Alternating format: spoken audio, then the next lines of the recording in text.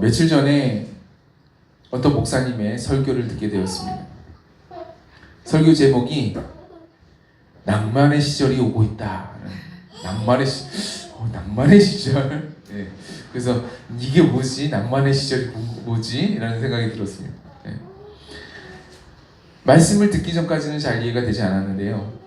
설교를 듣다 보니까 이해가 되더라고요. 요즘 신문과 방송, SNS 어떤 매체들을 봐도 교회가 부흥하고 있다, 교회가 발전하고 있다, 교회가 성장하고 있다, 뭐 그런 이야기는 별로 듣기가 어렵습니다. 왜죠? 첫 번째로 부흥하는 교회들이 없는 건 아닐 거예요. 있긴 있습니다. 그런데 그 소식들은 잘 보내지 않습니다. 매체들이 그런 소식을 막 전하려는 그런 열정이 갖고 있지 않습니다. 두 번째로 지금의 교회 모습이 이미 좀 선한 이미지도 물론 있지만 그렇지 않은 모습들도 상당수 포함되어 있기 때문이죠. 게다가 정권이 바뀌면서 그 현상은 보다 더 두드러지게 되었습니다. 목회자 입에서 차마 교회가 어려워지고 있다, 교회가 힘들어지고 있다라는 말을 하기 어려우니까 그래서 설교 제목을 바꾼 거예요. 뭐라고요? 낭만의 시절이 오고 있다. 네. 어떤 낭만의 시절일까요? 이 사람이 생각하고 있는, 이 설교자가 생각하고 있는 낭만이 뭘까요? 과거에 어떻게 예배하고 과거에 어떻게 신앙생활을 했는지 그때가 낭만의 때다라고 얘기를 하는 거예요. 옛날에는 어땠죠? 차디찬 이 마룻바닥에 신문지 깔고 내지는 방석을 깔고 내지는 어떤 담요 하나 깔고 간절히 기도하지 않았습니까? 습기에 막 이제 마룻바닥이 젖어가지고 막 이제 축축한 상황 속에서도 그래도 아기는 그래도 이제 포대기 위에 눕혀가지고 젖지 않게 눕혀가지고 기도하던 그런 시절이 있었습니다. 그때 그 시절. 마룻바닥이 있었다면 그래도 교회 건물을 괜찮게 지은 상황인 거예요. 그 전에는요, 천막교회였습니다. 천막에다가 볏짚으로 만든 매트를 깔아놓고 나무기짝으로 만든 강단에 올라가가지고 말씀을 증거하지 않았습니까? 예전에는 사과 박스가 나무로 만들어졌죠. 네, 그랬었습니다. 여의도 순복음교회의 시작이 바로 이랬습니다. 천막교회였어요. 지금 어떻게 되죠? 세계에서도 손꼽히는 대형교회로 성장해 있습니다. 몇 년 전에 코로나 여파 때문에 이 순복음교회 교회 재정 상황이 좀 어려워졌어요. 몇 년 동안 이게 재정이 줄고 하니까. 그래서 여의도 순복음교회에서 주차장으로 쓰던 빈 땅이죠. 교회 주변에 빈 땅이 좀 있는데 그 빈 땅 중에 일부분을 팔았다고 합니다. 근데 기업에 팔았어요. 팔고 나니까 돈을 줄 거 아니에요. 그 돈이 얼마죠? 2,300억. 네. 여의도잖아요. 교회 옆이 여의도잖아요. 엄청난 재정이죠. 이렇게 크고 화려했던 영광이 점차 축소되어서 작아져서 다시 그때 그 시절 가진 것은 좀 없지만 정말 순수하고 정말 간절했던 하나님 한 분만을 바라고 찾았던 그 시절로, 그 낭만의 시절로 교회가 되돌아가고 있다라는 말씀을 하시더라고요. 이것이 현실과 결부되어 있어서 목회자 한 사람으로서 너무나도 매우 안타까운 그런 상황이긴 하지만 우린 여기서 짚고 넘어가야 될 부분이 있습니다. 먼저 첫 번째, 하나님이 그 영광스러운 첫 번째 성전을 세워주셨다는 겁니다. 네. 하나님이 다윗과 솔로몬을 통해서 이스라엘 가운데 하나님의 임재가 있는 또 크고 또 화려한 성전을 세워주셨습니다. 첫 번째 성전을 세워주셨습니다. 얼마나 성전을 크고 아름답게 지으려고 했는지. 다윗은요, 왕이 된 다음에 선지자를 통해서 너는 피를 많이 흘려가지고 내가 성전을 못 짓고, 너 짓고 싶지만 내가 못 짓고 내 아들을 통해서 내가 내 성전을 지어줄 거야 라고 주님이 말씀하시니까요, 다윗이 얼마나 기쁘고 얼마나 즐거웠던지 열정적으로 성전 건축을 준비를 하는 겁니다. 그의 평생에 정말 어마어마한 건축 준비를 해요. 네. 솔로몬은 또 얼마나 부유하고 얼마나 지혜로운 사람입니까? 네. 솔로몬이 지은 성전은요, 나무들이 이스라엘 땅에서 나무를 구하지 않아요. 네. 레바논에서 가져옵니다. 레바논이 백향목으로 유명하거든요. 네. 백향목이 굉장히 두꺼운 나무고요, 튼실한 나무고요, 네. 아주 큰 나무입니다. 보통 막 30m까지 올라가는 나무입니다. 네. 그런 나무를 잘라가지고 바다로 수운해서 가져오는 거예요. 금이 얼마나 많은지 성전 내부 그냥 다 금칠을 해버려요. 네. 성전 안에 무슨 색깔이에요? 다 금색이에요. 네, 다 금색이에요. 벽도 다 금칠을 해버립니다. 네. 그래서 나중에 성전을 무너뜨릴 때에 어떻게 했습니까? 다 샅샅이 뒤져가지고 다 부신 거예요. 왜요? 다 금이 있으니까. 네. 죄다 금으로 했습니다. 솔로몬 시대의 은은 귀한 걸로 안 쳐줘요. 금이 너무나도 흔하다 보니까 은은 쳐주질 않아요. 하나님은 다윗과 솔로몬을 통해서 그렇게 화려한, 그렇게 영광스러운 성전을 세워주셨다는 거죠. 이 시대의 교회도 마찬가지입니다. 하나님이 대한민국을 얼마나 사랑하시는지, 이 땅에서 흘린 피와 눈물 얼마나 귀하게 보시는지, 이 땅에서 그들의 마음을 얼마나, 그들의 중심을, 우리 신앙의 선조의 중심을 얼마나 귀하게 보셨는지, 이 땅에 놀라운 부흥을 주시고 이 땅에 세계적으로 뛰어난 교회들을 많이 세워주셨어요. 저도 목회자이지만 솔직히 말씀드릴까요? 네.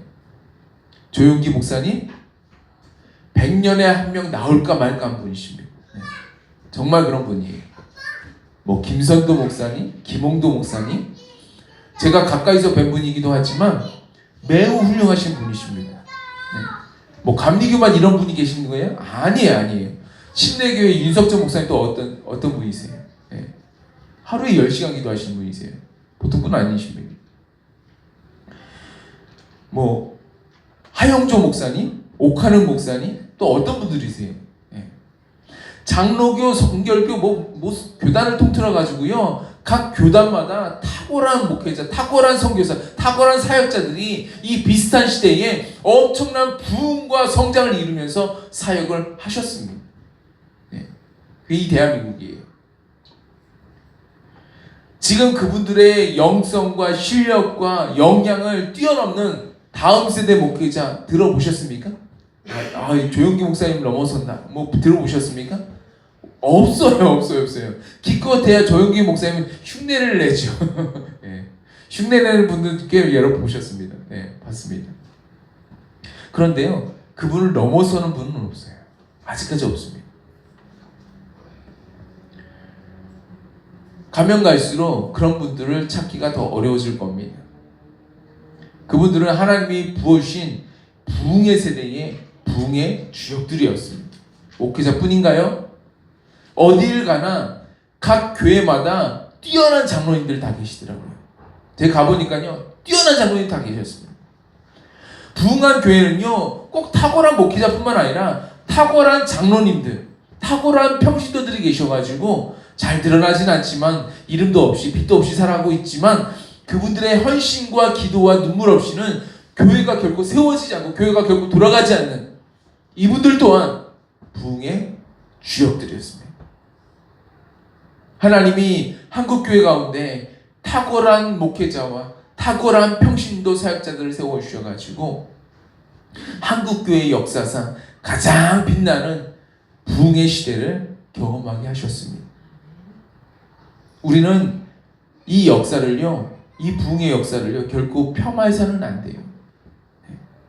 정말 주님이 하셨습니다. 정말 주님이 주님의 종들과 그 주님의 종들의 피와 눈물과 땀과 헌신 그것들을 통하여서 이 교회가 세워지도록 하셨어요.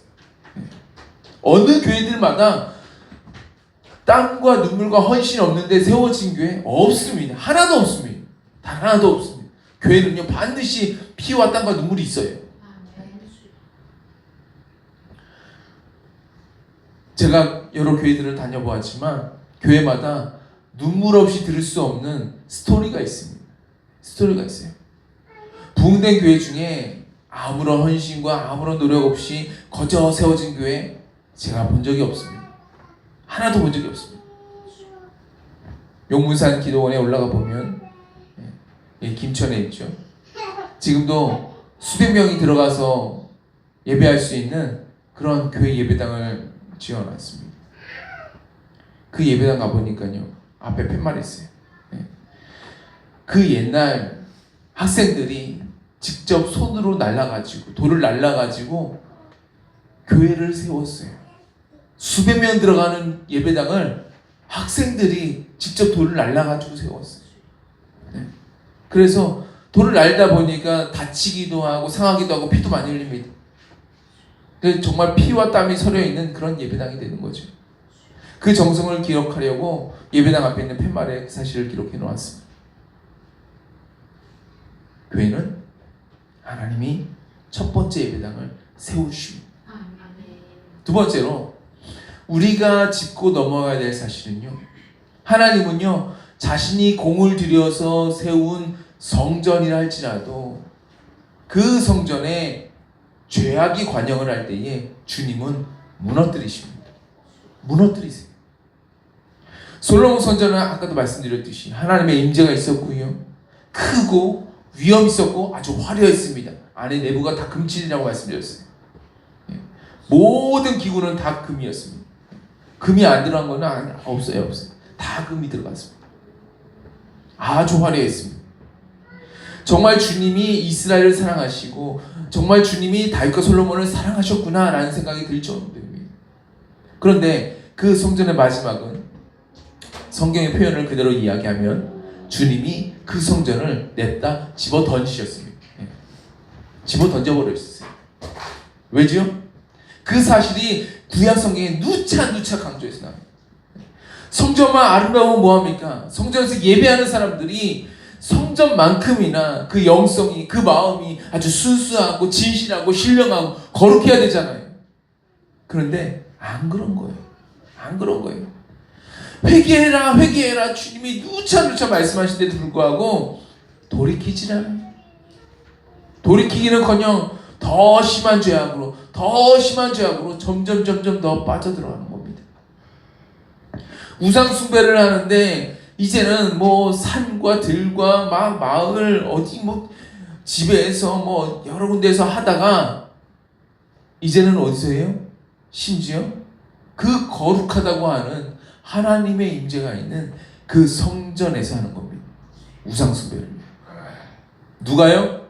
성전에서 예배하는 자들이. 성전을 등에다 대고 태양을 바라보면서 성전 안에서요. 성전이 있으면 성전과 이 번제단 있잖아요. 번제단 있잖아요. 성전이 성막하고 비슷하게 생겼어요. 앞에 번제단이 있고 뒤에 성전 있잖아요. 그러면 이 성전을 등을 대고 등을 성전을 향하고 자기의 눈을 어디를 향해요? 태양을 바라봐요.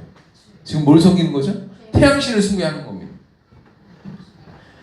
성전에서 그런 일들이 일어나는 거예요. 회개해라 말씀하셔도 돌아가지 않습니다. 성전에서 온갖 우상들을 섬기고 남녀노소 할 것 없이 죄악에 빠져가지고 이젠 더 이상 회복이 불가능한 지경까지 이르고 말았습니다. 그러자 주님이 내가 지은, 내가 만든, 내가 사랑하는 이 성전까지도 던지고야 마시고 공의의 하나님께서 이스라엘을 심판하실 수밖에 없지만 이스라엘을 이대로 방치하게 되면 어떻게 됩니까? 이스라엘은요 죄악 가운데 영원히 끝나고 말아요. 그러면 더 이상 신약성경도 이루어질 수가 없고, 그러면 더 이상 하나님이 이 사랑하는 이 이스라엘 완전히 멸망시킬 수밖에 없게 되는데, 그럴 수 없잖아요. 다시 살려놔야 되잖아요. 우리가 중한 질병에 걸리면, 뭐 암이 걸리고 뭐가 걸리게 되면 어떻게 합니까? 예. 제 사촌 동생이 유방암 걸렸는데 수술을 해서라도 찢어서라도 낫게 해야 되잖아요. 회복시켜 놔야 되잖아요. 죽으면 안 되잖아요. 그러니까 주님이 찢어서라도 어디 성전을 집어 던져서라도 주님이 이스라엘을 회복하게 만드시는 겁니다. 그래서 주님의 방법이 뭐예요? 이 사랑하는 성전을 무너뜨리는 겁니다. 진정한 이스라엘의 회복을 위해서 하나님은 이 사랑하는 자녀들이 하나님의 품에 다시 돌아오기를 원하고 계시는 거예요. 그렇게 될 수만 있다면 하나님은 주님이 사랑하시는 성전을 던지듯이 독생성자 예수 그리스도를 십자가에 못 박을 수 있다라는 겁니다. 누가 자신의 사랑하는 독자를 죽는데 내어주기를 원하는 사람 누가 있어요? 없죠. 누가 사랑하는 아들에게 머리부터 발끝까지 온통 피범벅을 하게 만들 사람이 누가 있습니까? 그런 사람 아무도 없습니다. 예전에 한 번은 제가 아버지와 차를 타고 가다가 그때 아버지가 운전하셨어요. 저는 조수석에 앉아 있었어요. 차를 타고 이제 가다가 교통사고가 났습니다. 아주 살짝 부딪혔어요. 네.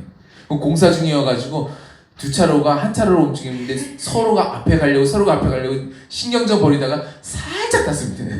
네. 눈에 안 보일 정도로 났어요. 이 어디가 사고 난 거지? 눈에 안 보일 정도로 사고가 났어요. 네. 근데 상대방 차는요, 네. 차주가 술을 마신 상태였어요. 그래서 대리운전을 불러다가 대리운전 기사가 운전을 하고 있었습니다.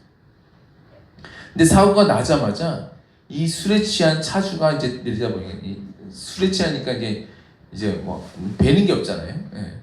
아버지 보고 이제 내리라고 하면서 그 자기가 갖고 있는 그 물병이 있었어요. 예. 물병 가지고 플라스틱 물병이잖아요. 예. 물병을 가지고 다 먹은 거라서 아프지는 않아요. 기분만 나쁠 뿐이지. 막 머리를 내리시는 거예요. 예. 예. 아프지는 않아요. 그러니까 이거 고소하기도 좀 뭐예요. 아프진 않잖아요. 예. 근데 기분이 나쁜 거죠. 막 욕설을 하고 막 멱살을 잡고 막 난리를 부리는 겁니다.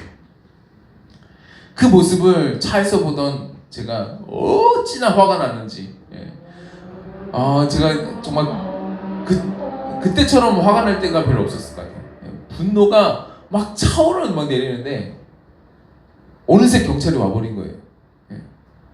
경찰이 그 사람들을 막아야 되는데, 그 사람들을 떼어놔야 되는데 그 사람들 떼어놓지 않고 저를 막더라고요. 제가 못 내리게. 차에서 못 내리게. 문을 아예 닫고 막고 있어요. 예. 경찰을 밀치고 제가 내릴 수는 없잖아요. 예.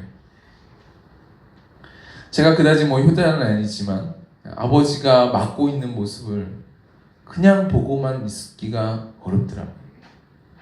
제가 싸움도 잘 못하고 잘하는 건 없지만 그래도 가서 한번 부딪혀보고 싶더라고요. 경찰만 아니었어도. 네. 근데 우리 하나님은요, 예수님이 그렇게 맞고 계시고 피 흘리고 계시고 십자가에서 죽임을 당하고 계실 때 그 마음이 얼마나 아프시겠습니까? 아마도 저처럼 울분을 품을 채 참고 계시지 않으셨을까요? 왜죠? 죄로 인해서 죽을 수밖에 없는 수많은 영혼들이 지금 구원을 받아야 되잖아요. 구원의 길을 내놓아야 되잖아요. 죄악에서 다시 하나님께로 돌아와야 되잖아요. 예수님은 자신의 몸이 성전이라고 말씀하셨는데, 예수님이 십자가에 못 박혀 죽으면 비록 이 성전은 무너지게 되지만 수많은 영혼들이 주님께로 돌아오는 이 구원의 길이 열리고 영적 이스라엘 가운데 치유와 회복의 역사가 일어나게 되잖아요. 마찬가지로 하나님은 이 솔로몬 성전을 무너뜨리시면서 너무나도 안타깝긴 하지만, 너무나도 아깝긴 하지만 다시 잃어버린 영혼들, 잃어버린 이스라엘 백성들이 하나님께로 돌아올 수 있기 때문에 그 아름답고 화려한 성전을 주님이 던져버리셨던 겁니다. 세 번째로 우리가 알아야 될 사실은요, 하나님은요 무너진 성전을 그대로 놔두지 않습니다. 무너진 성전을 다시 회복하게 하십니다. 무너진 성전을 다시 일어나게 하십니다. 하나님이 잃어버린 영혼들을 찾기 위해서 성전된 예수님의 몸을 십자가에 매달아 찢으시고 죽게 하셨습니다. 하지만 그것으로 끝인가요? 아니요, 끝나지 않았습니다. 절대로 그대로 끝나지 않습니다. 왜요? 하나님은 그 성전을 너무나도 사랑하시기 때문에 그렇습니다. 하나님이 독생자 예수 그리스도를 얼마나 사랑하시는데, 하나님이 원래 성경에 어떻게 기록되어 있습니까? 하나님은 사랑이시라. 네. 사랑이시라고 말씀하셨잖아요. 사랑의 근본이십니다. 하나님의 모든 건 사랑이십니다. 이 세상 사람들도 너무나도 사랑하시지만 주님은요 예수님을 너무나도 사랑하세요. 이스라엘 백성을 자신의 눈동자와 같이 아끼시는 분이 예수님을 사랑하지 않으실까요? 사랑하시죠.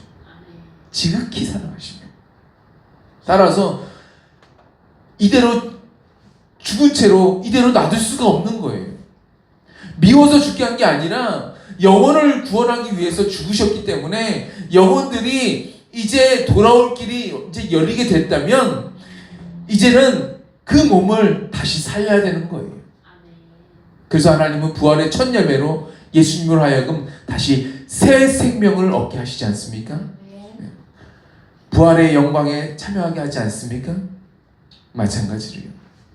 죄악으로 인하여서 무너진 성전, 이스라엘 백성들이 다시 하나님께로 돌아오기 위해서 주님은 성전을 정말 아름다운 성전을 무너뜨리긴 하셨지만 주님은 그것으로 끝내시지 않습니다.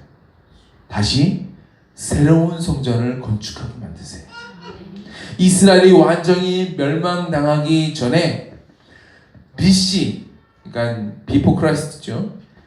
예수님 오시기 전 605년에 예레미야 선지자가 선포했습니다.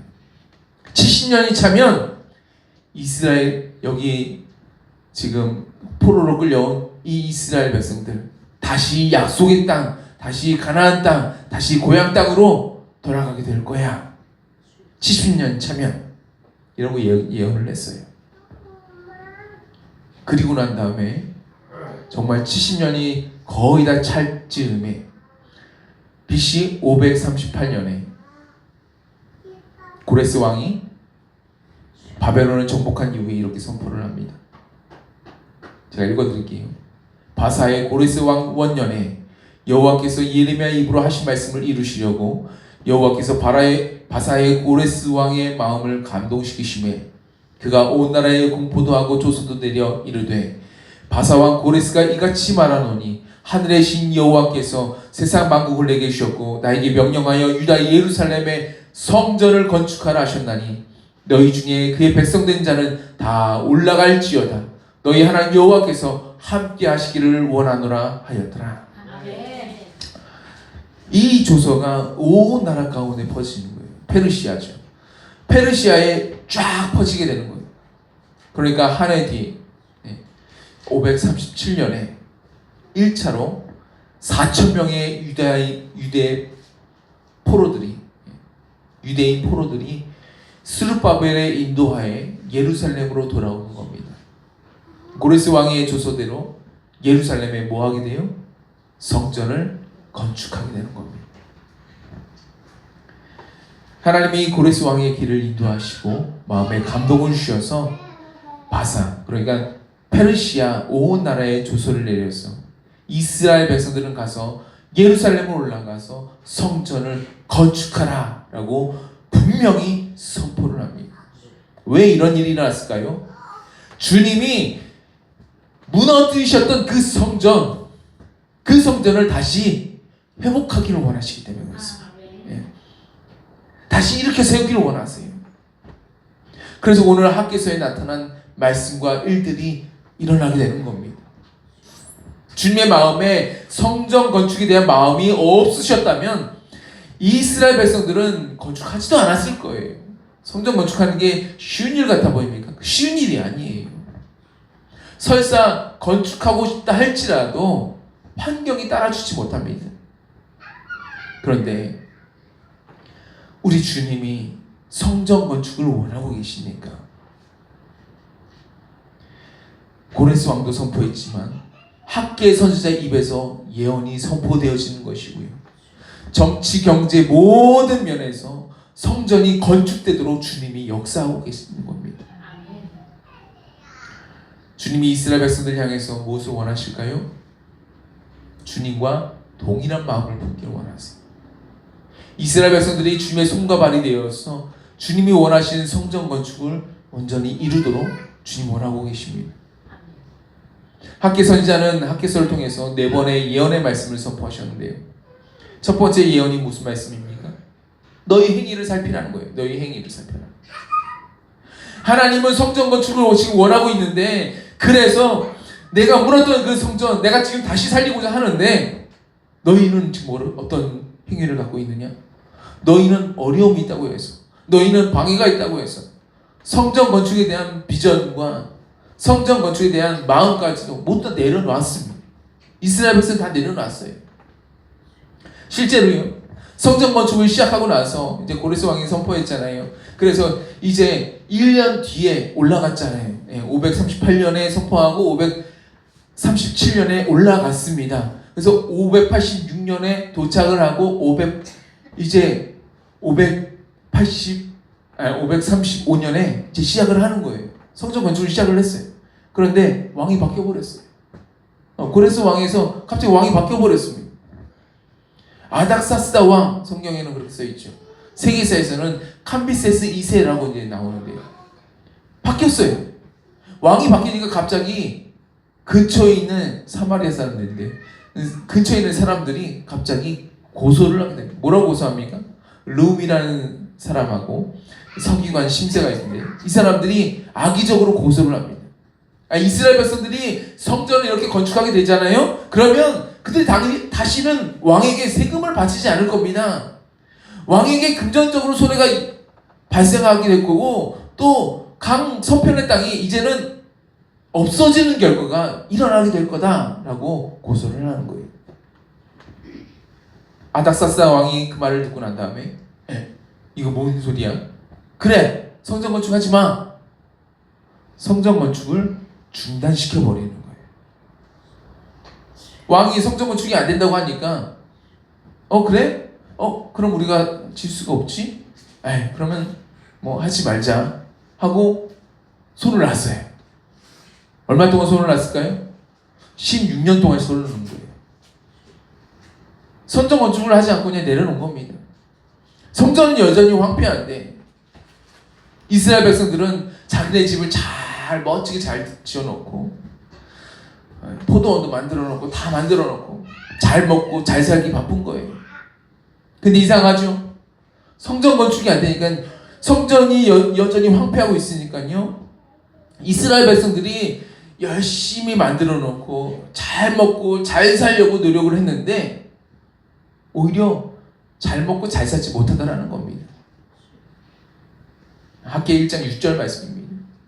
너희가 만일 뿌릴지라도 수확이 적으며 먹을지라도 배부르지 못하며 마실지라도 흡족하지 못하며 입어도 따뜻하지 못하며 일꾼이 싹쓸 받아도 그것을 구멍 뚫어진 전대에 넣음이 되느니라.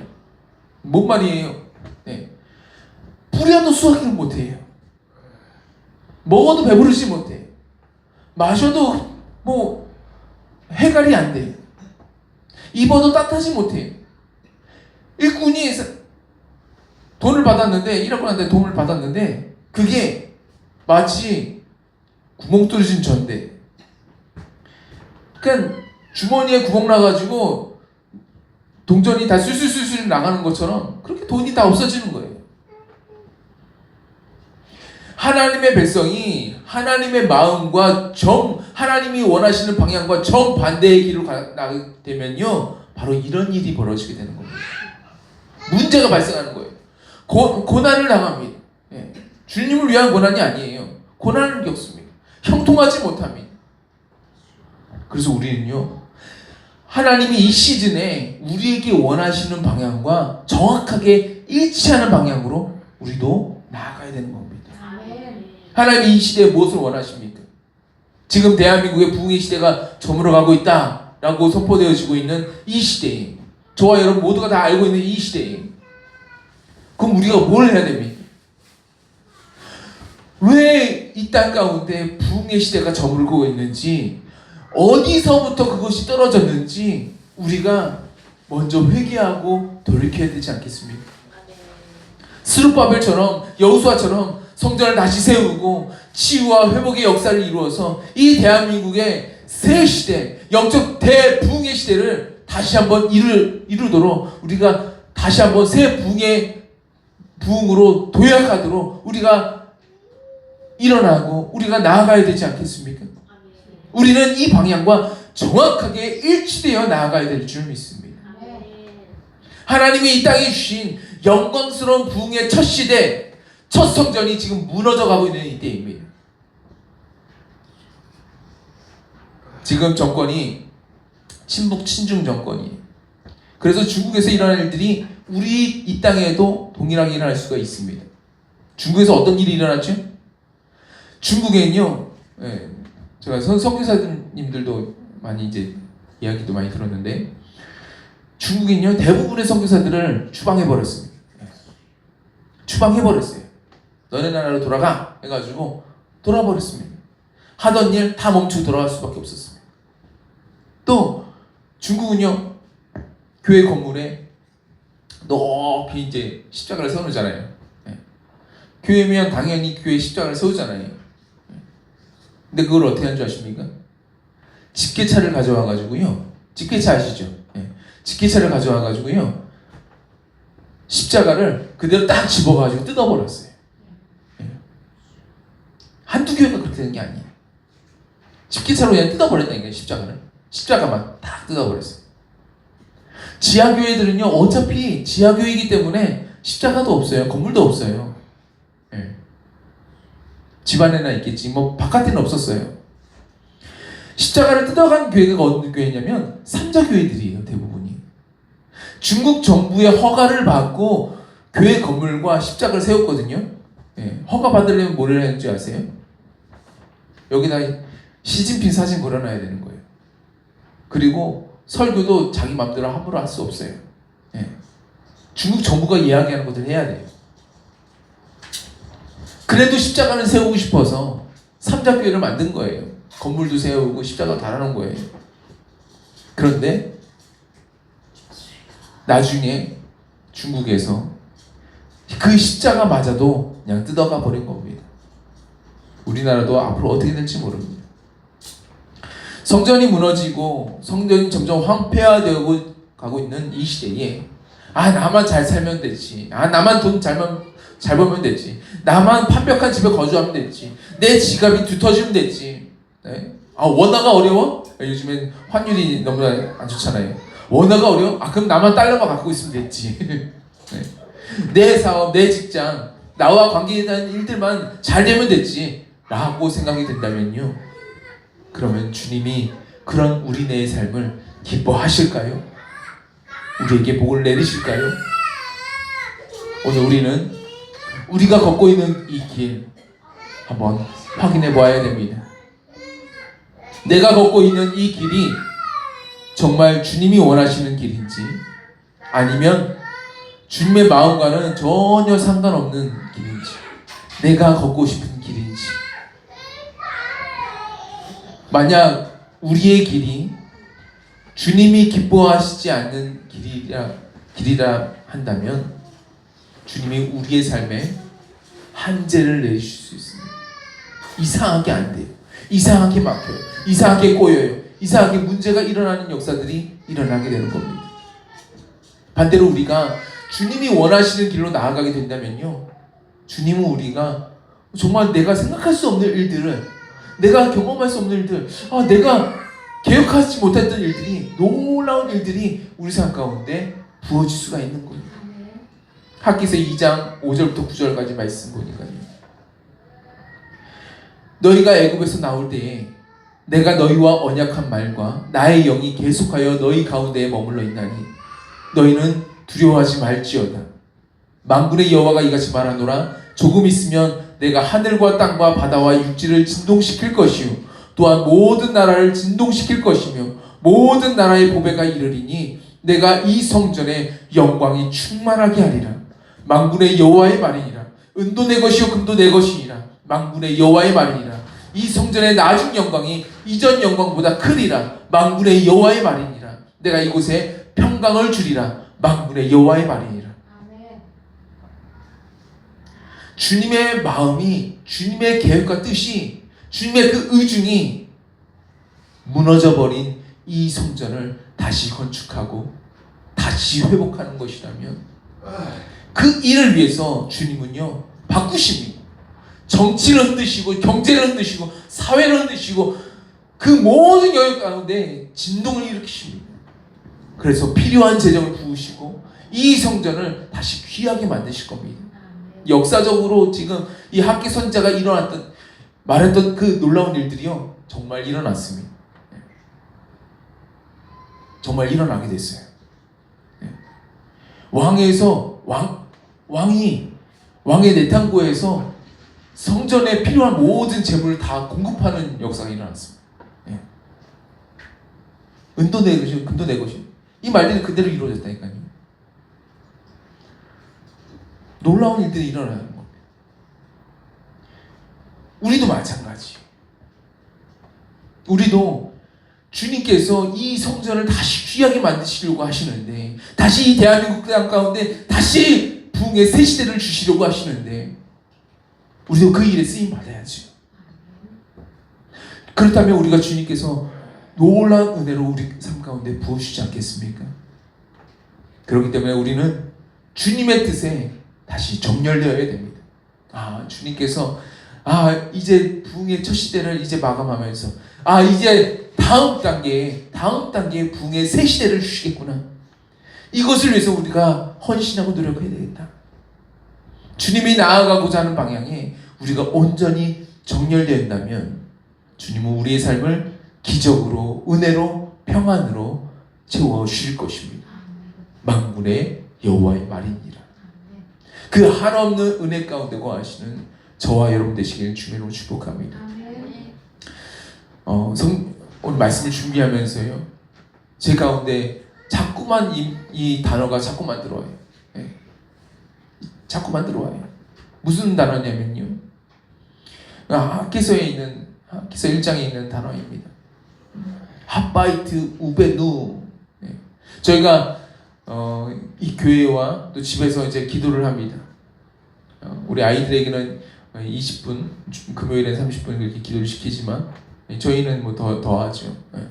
근데 막 이제 기도를 하면요, 1시간 딱 돌아가면 그 음악이 다음 목록으로 자동으로 넘어가요. 다음 목록에 저희 아내가 어떤 뭐 설교를 갖다 놨어요. 외국인 설교자의 설교예요. 그럼 시작하자마자 베누 하고 그런 무슨 뭐 단어를 얘기를 해요. 무슨 단어인지 모르겠어요. 근데 뭐 베누라고 그렇게 이제 시작을 해요. 항상 저희는 1시간 기도하고 나면 그 단어를 듣게 되는 거예요. 베누. 그런데 오늘 성경을 읽는데 그 원어가 자꾸만 이제 눈에 들어오는 거죠. 핫바이트 우베누, 핫바이트 우베누, 핫바이트 내 집을 우베누 건축하라. 핫바이트 우베누 내 집을 건축하라. 성전을 건축하라. 그래서 이 단어가 나온 곳에는 너희가 산에 올라가서 나무를 캐가지고 성전을 만들어라. 성전을 만들어라. 그 말인데요. 우리에게 하신 말씀 같습니다. 뭐 눈에 보이는 뭐 성전을 만들 수도 있지만요. 더 중요한 것, 이 대한민국의 새 시대, 새 부흥의 시대를 이루는데 저와 여러분이 쓰임 받기를 소원합니다. 주님은 그것을 원하고 계세요. 이제 첫 시대는 지나갔습니다. 이 첫 번째 성전은 주님이 던져버리셨어요. 그렇다면 이 두 번째 성전 주님께서 다시 세울 것입니다.